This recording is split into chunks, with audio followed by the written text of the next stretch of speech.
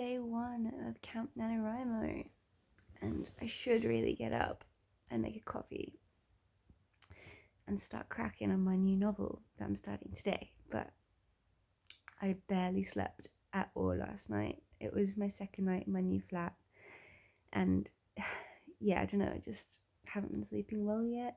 It's just, I guess it's, the first time I've been alone for so long.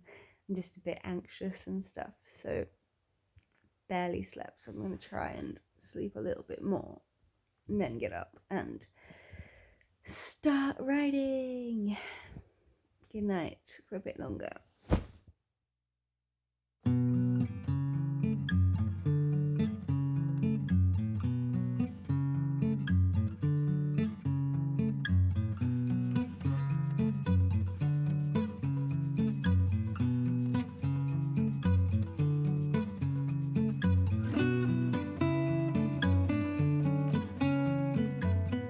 In typical Jade fashion, I am procrastinating against starting to write because I'm good at that. I'm having a cup of coffee for the morning and just gonna catch up on some booktube videos. Got my subscription list there on the go, and then later I'm gonna crack open my workbooks and get on it.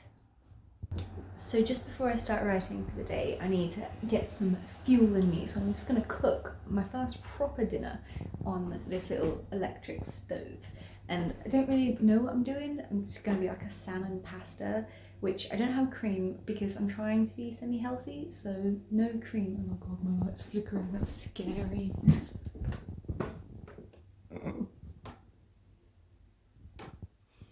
Sometimes it's scary being alone. Anyway, so it's gonna be like a white wine, salmon, garlic, lemon, onion, and maybe like asparagus pasta, so we'll see. I literally have to use my fridge as a chopping station because I don't have a countertop to use at the moment, so that's funny.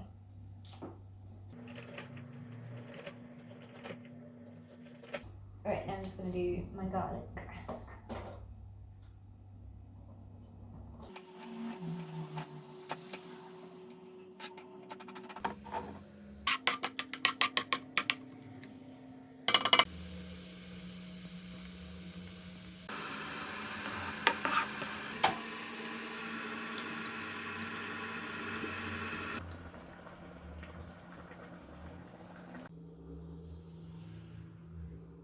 So I've got a friend coming over at 5, so a few more hours of writing that I can get done for the day.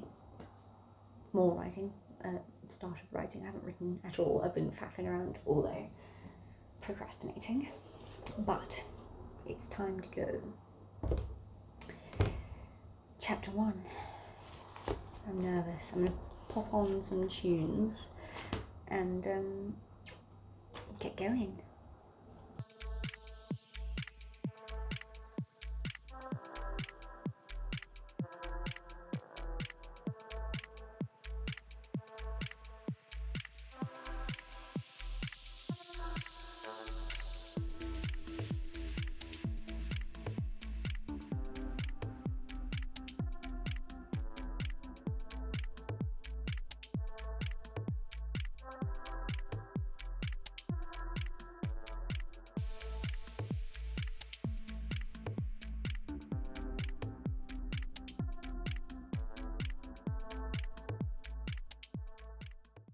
So I've just been writing for the last little while, and I don't know if this is more like of a prologue or a chapter 1, but I'm going to read you what I've done for the day. It's, pretty happy with it, with the way it's going.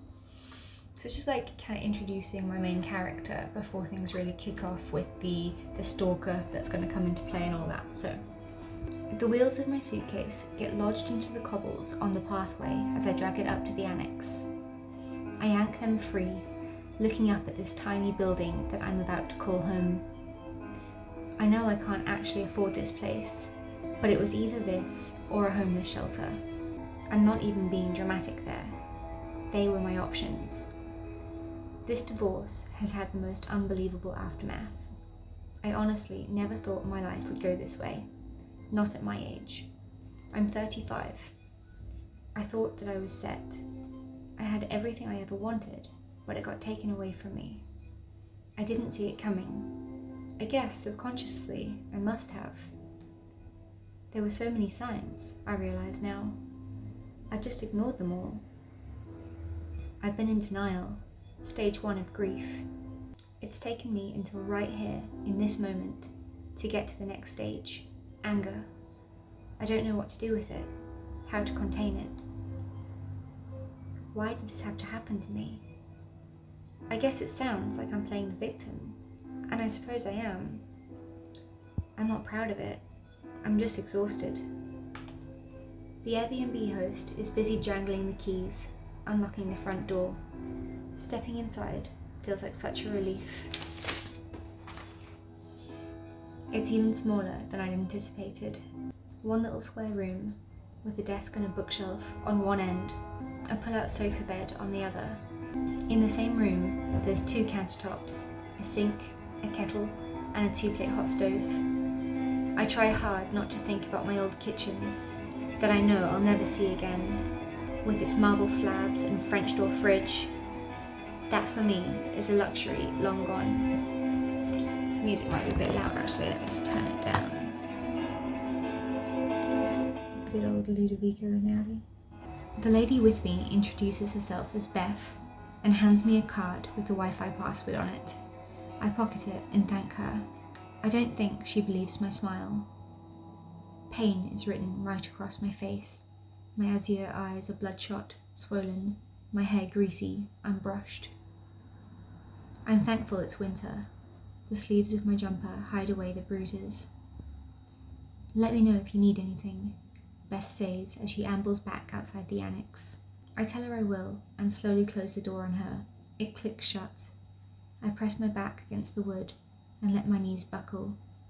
I take in the silence. Nothing but the sound of my breathing around me.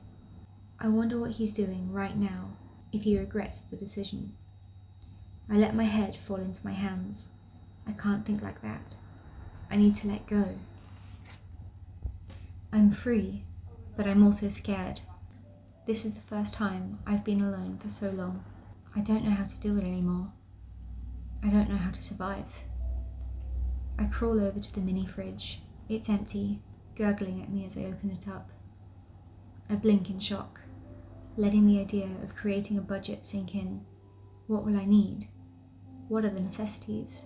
I can't just go dropping jars of ground nutmeg and packets of cashew nuts in the trolley anymore. Those days are over. I rifle through my suitcase and pull out my notepad and pen. Milk, I scribble onto the paper. Eggs, coffee, toilet paper. I keep going until I have 16 essentials on my piece of paper. I fight back the tears. I took for granted just how comfortable my life had become. My nails are scraping against my scalp. It's a nervous habit of mine. I think about all those years ago, when I'd suggested to Paul that we sign a prenup. It wasn't that I had anything worth protecting. I've never really had much. To me, the suggestion was romantic, proof that I just wanted him, not his money. I guess I never considered that one day he'd just leave me with absolutely nothing. Stupid, stupid, stupid. I've always given up everything in my relationships, and that's why I am where I am right now. Now, for the first time in my life, I know I need to be alone. I need to buckle down, work hard, make my own friends. I need to sort my life out. I think about Beth, so beautiful and so elegant in her 60-ish years. She had this ethereal feel to her, draped in a shimmering beige shawl, her hair freshly blow-dried. Almost every one of her fingers had been adorned with rings, sapphires, garnets, emeralds and diamonds, none of which on her ring finger. I find myself wanting to know her story. How did she get here? To this stage where she owns her own beautiful double-story home with a separate annex she lets out. I want to know if she ever had a husband, or if she somehow did this all herself. I like to think the latter. It inspires me, drives me. I flop down onto my lumpy royal blue sofa bed. I'm home. For now.